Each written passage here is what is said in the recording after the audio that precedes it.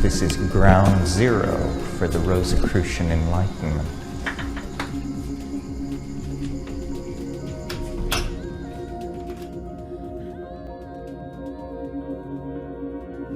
Standing here in the alchemical laboratory of the palace in Heidelberg, we are essentially at the center of the alchemical hopes of the Rosicrucian Enlightenment.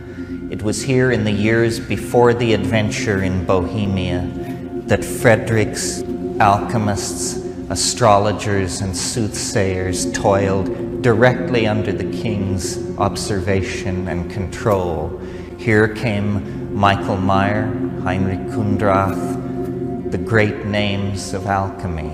It's entirely possible that John Dee was in this room. It's entirely possible that Edward Kelly stood where I am standing now.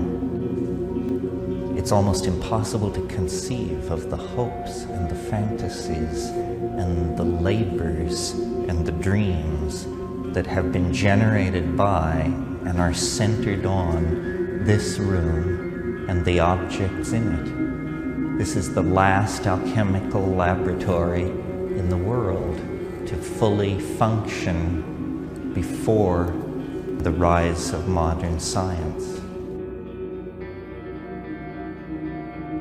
And these tools in many ways reflect the internal cosmology of the men and women who use them. This, for example, a typical alchemical distillery, is called the Pelican.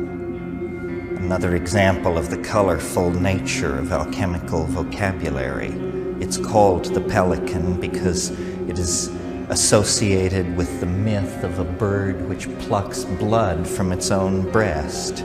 The prima materia, feces, black coal, charcoal, salt niter, heated in here, brought to a high temperature, a fevered caloric state, rises into the higher empyreum of the vessel, and there, rarefied, it condenses, liquefies, and flows down into the cooler domain of the child of the pelican. Here the essence is collected, the quintessence, and always the hope was that the next experiment, the next combination of materials would yield the elixir vitae, the lapis philosophorum, the completion that the alchemist sought.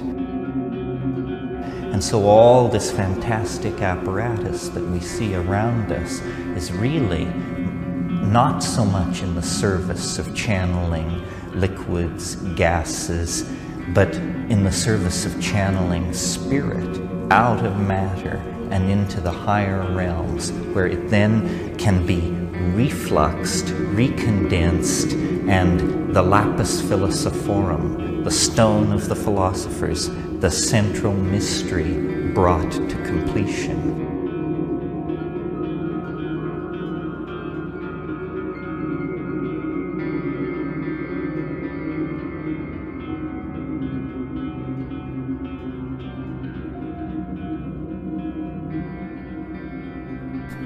It's the self that we are trying to recover.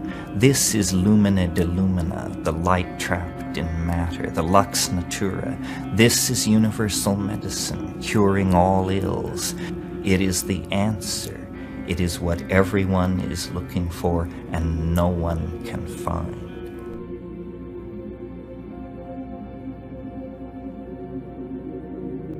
And so the alchemist toiled over the centuries, the torment of the sulfur, the torment of the cinnabar, the search for the triumphant chariot of antinomy, the search for the quintessential essence that represented the union of all the world that the alchemists saw around them.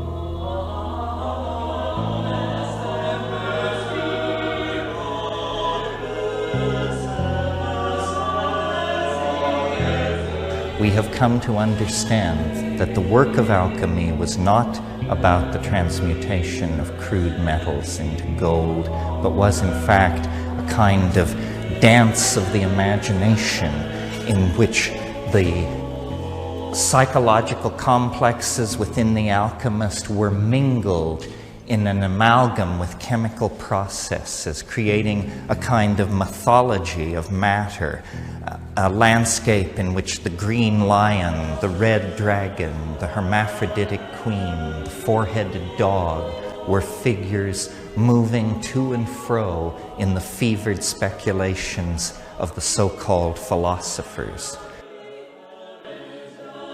And the belief was that man could work with nature, a full partner with the divine process, and redeem the light fallen into matter, and in so doing, redeem himself.